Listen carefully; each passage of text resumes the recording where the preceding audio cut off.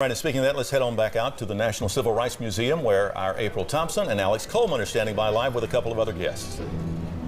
Yeah, Greg, Markova, also listening to what you were saying, it's also a multi-generational thing. Oh, yes. Because this is being passed down from one family to another, and we have a prime example of that right here. Yeah, generational family. We have the Whalums. You know, we had one Whalum on earlier, right, Alex? Yes, we did. Kirk Whalum, the saxophone great. Now we have Dr. Kenneth T. Whalum. Yes. And Kameron Whalum. Gentlemen, glad to have you both here. Thank you, man. Thank you, Carmen. Thank you, Alex. So why this day? Why is this so important, not just for people of color, but this entire nation? I think it's important because this is holy ground. This is holy ground. This is the place where Dr. King was taken. It was the crucifixion as far as I'm concerned.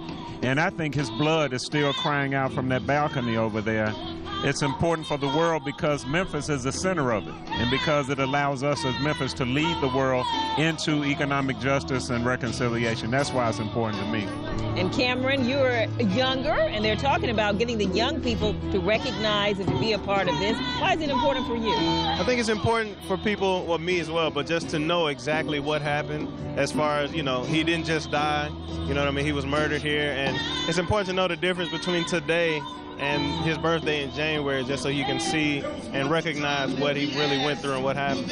And Kameron, for those who don't know, as we will do, you travel the world. You've been all over the place with Bruno Mars and your music, the Hooligans. What do you think Memphis's image is these days worldwide, and what else do we need to do to maybe improve it, or where do we stand with that, you think? Well, I think naturally the music is in the forefront right now as far as rappers and singers and, you know, just people like me. But I feel like the undertone that we all know here isn't so much known outside of the city. So I think that's what needs to be worked on as far as getting the word out about stuff like this and, you know, about the other things other than music that are going on in the city. And you can be an ambassador. You are an ambassador. I let it be known every day. You know, people know where I'm from and know where I come from and what kind of family, what kind of city that I come from. So I do my part. Dr. Whalum, we know your upbringing with your late father, who was such a powerful force in the city as well. What did he pass down to you and your brothers about the importance of Dr. King? Man, that's a great question. In this context, he passed down courage to me. My dad wasn't afraid of anything or anybody. He stood up for black people. He loved black people, and he loved white people. The thing he passed down to me was self-love does not necessarily mean you hate somebody else. And I got that from him, and I got the courage to stand up for my convictions regardless of who doesn't like it. And I got it good, and I might have taken it to another level, but it's because of him, and I appreciate it. He was on the committee to bring Dr. King here in the first place, and that's one of the reasons I feel like I have to do what I can to kick against the pricks, to press people into awakening to a new future, man. That's what I got from my dad. And he was a pastor. Dr. King was a pastor. Your father was a pastor. You're a pastor. Do you think that it has to come from the church, too, being involved? April, I think if it doesn't come from the church, it's not going to be genuine and it's not going to work. I think one of the things that has happened since April 4th, 1968 is the black pastor has moved into the background. I think that when Dr. King was killed, we collectively became afraid to stand because we thought maybe death could come to us, and death is coming anyway. But what we have to do as the black clergy, black preachers in particular, is to take a stand against those things that are wrong with regard to social justice and lead politicians rather than politicians leading us. That's what Dr. King stood for, and that's why I really had no friends among clergy, no friends in his last 3 years because of the stands that he took. But again, I think your question is a great one. It's up to the black preacher in 2018 to lead the rest of the world to economic and social justice.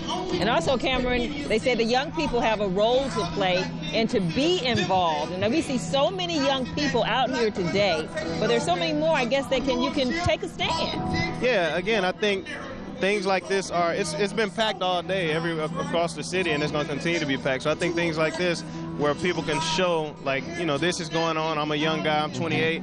So I've been raised knowing about this place and going to this place, and it's my duty to share, you know, share what happened, share where we came from, where we need to go, and what we need to do to get there. And to reach even more young people, can you take that stand, maybe even in music, even more so today? Yeah, well, I think as far as music goes, as long as people know that you mean what you sing and you mean, you know, the notes that you play and you mean it, it comes from a good place in your heart, then whatever that message is, whatever the message is supposed to be, it can reach somebody else. You know, it just dawned on me. What's that?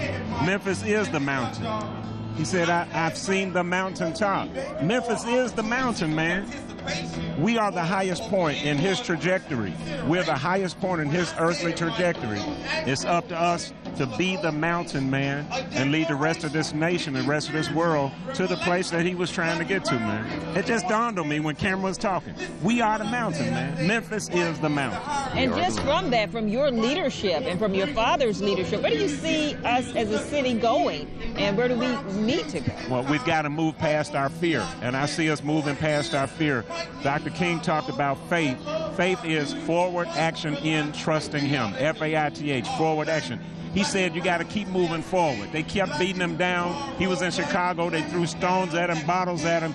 He kept getting up and moving forward. We as Memphians have got to come out of the past, stop looking backward, and move forward. Forward action in trusting him. That's what Dr. King would have wanted. All right.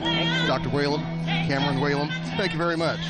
Thank you. Right. Bless you. Enjoy your Whalum day, family. for sure. Thank you, gentlemen. Okay, and we talk about generational families. Thank you. Talk about generations of families. That's a family that's been around in Memphis a long time. We have seen dads, then their dads. Covered and him now many their years children. ago, yes, the impact that the Whalums are still having, and hopefully their message is being heard and it's resonating with other people as well. And you talked about something about Kameron and what he can do through his art. And we have artists on the stage now because that spoken word. Yes. That spoken word is just what we heard up there. And that is young people. They're using their spoken word to talk about progress and talk about Dr. King and talk about where do we go from here. The power of song, the power of each lyric, the power of music, the power of reaching out to other people. It can be done no matter who you are. For We're sure. getting all of that here today, guys.